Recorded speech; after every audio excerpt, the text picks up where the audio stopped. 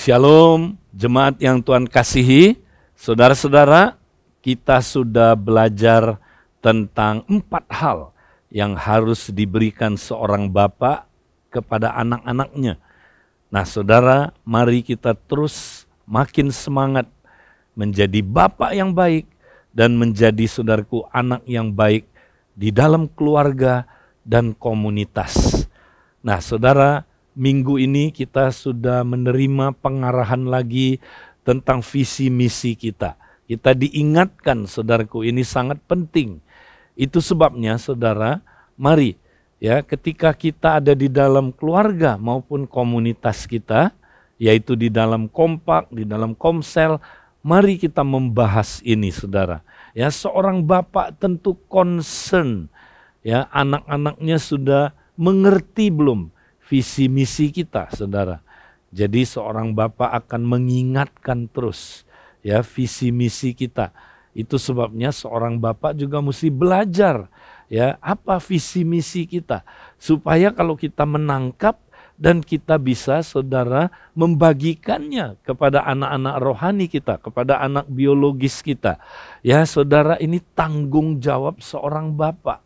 Ya, karena seorang bapak mendirect anaknya, saudaraku, mencapai visi misi dalam hidupnya.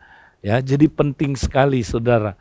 Maka ayo di dalam keluarga, di dalam kompak, di dalam komsel, bapak-bapak, mari kita berfungsi ya mengarahkan ya anak-anak kita mencapai visi misi yang Tuhan percayakan kepada kita, saudara.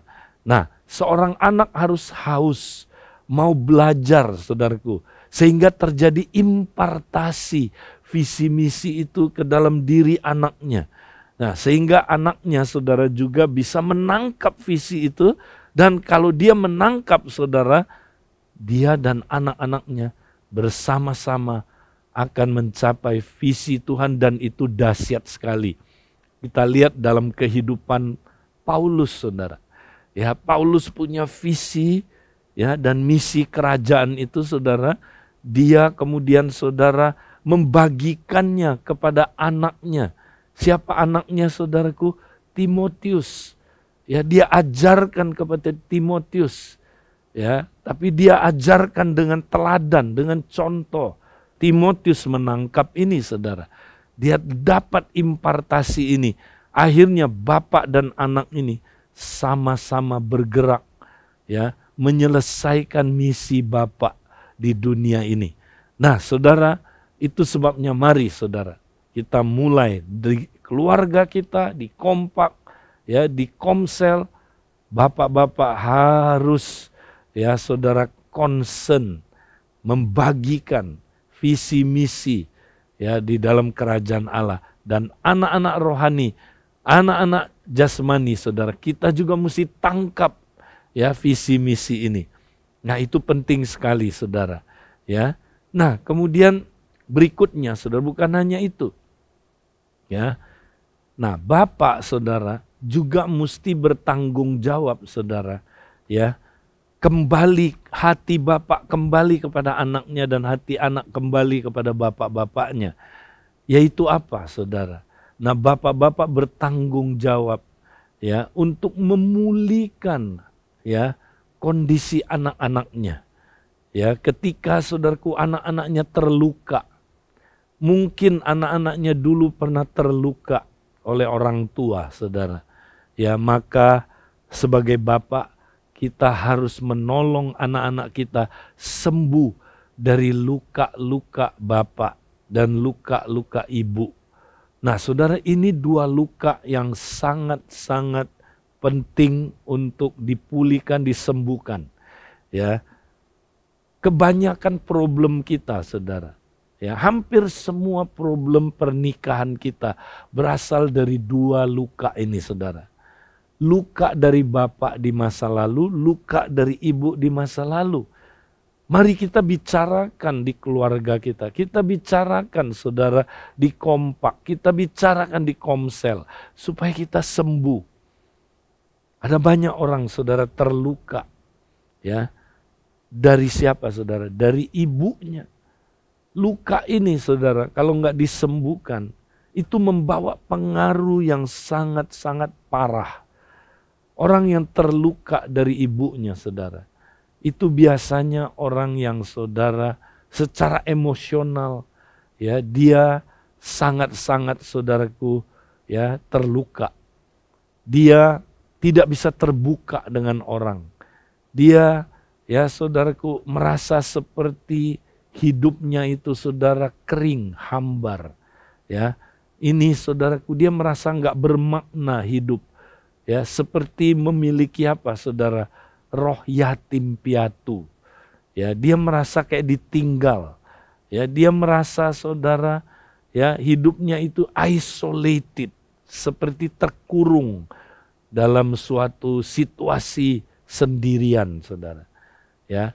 Jadi saudara, banyak luka-luka ini perlu dipulihkan dari anak-anak kita. Ya.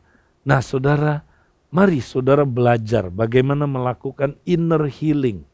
Ya, sehingga mereka bisa disembuhkan, dipulihkan. Ya.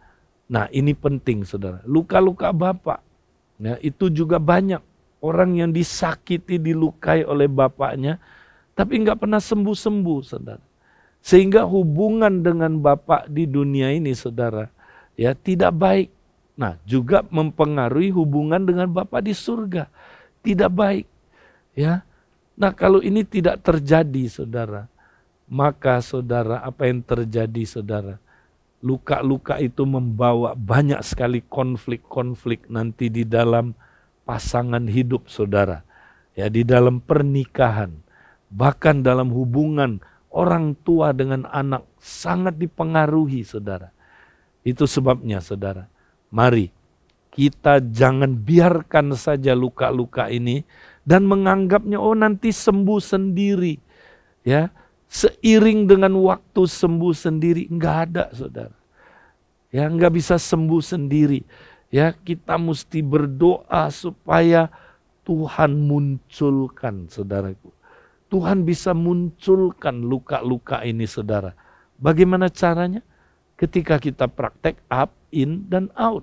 Ya, ketika kita praktek tiap hari, kita mempersembahkan tubuh kita sebagai korban yang hidup, yang kudus, yang berkenan kepada Allah. Sebagai apa? Ibadah sejati kita. Ketika kita persembahkan Tuhan, aku serahkan Tuhan. Pikiranku, perasaanku, ya, kehendakku, bahkan perilakuku Tuhan. Aku persembahkan Tuhan, tunjukkan Tuhan. Kalau ada hal-hal yang Tuhan menyebabkan aku ya hidupnya tidak punya hubungan yang baik. Tuhan, kenapa aku sangat emosional? Tuhan, aku tidak dapat menahan emosiku, aku suka marah, aku suka minder, aku suka tertolak. Tuhan, nyatakan Tuhan supaya aku sembuh.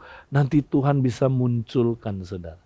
Nah ketika dia munculkan saudara, nah kompaknya menolong. Ya, menolong dia supaya ngalamin kesembuhan batin ini saudara. Luka dari ibu, luka dari bapak. Nah, juga nanti kompaknya saudara, komselnya ya keluarga ini menolong ya saudaraku orang yang terluka ini supaya dia bisa bukan hanya sembuh tapi saudara ya dia memperbaharui pikiran-pikirannya. Karena banyak sekali pikiran-pikiran yang salah, yang telah masuk lewat luka-luka itu, lewat trauma-trauma itu. Pikiran-pikiran yang salah ini perlu saudaraku dibuang, ya disingkirkan dari hidup kita. Ya. Dan bukan hanya itu saudara, kita perlu bangun respon-respon baru. Respon-respon baru kita saudara, dengan cara terus-menerus tekun, ya. Lewat kita saudara ibadah sejati mempersembahkan tubuh, nanti Tuhan ajar kita berespon dengan benar. Dan lama-lama saudaraku ya kita akan ngalamin pemulihan yang sangat luar biasa.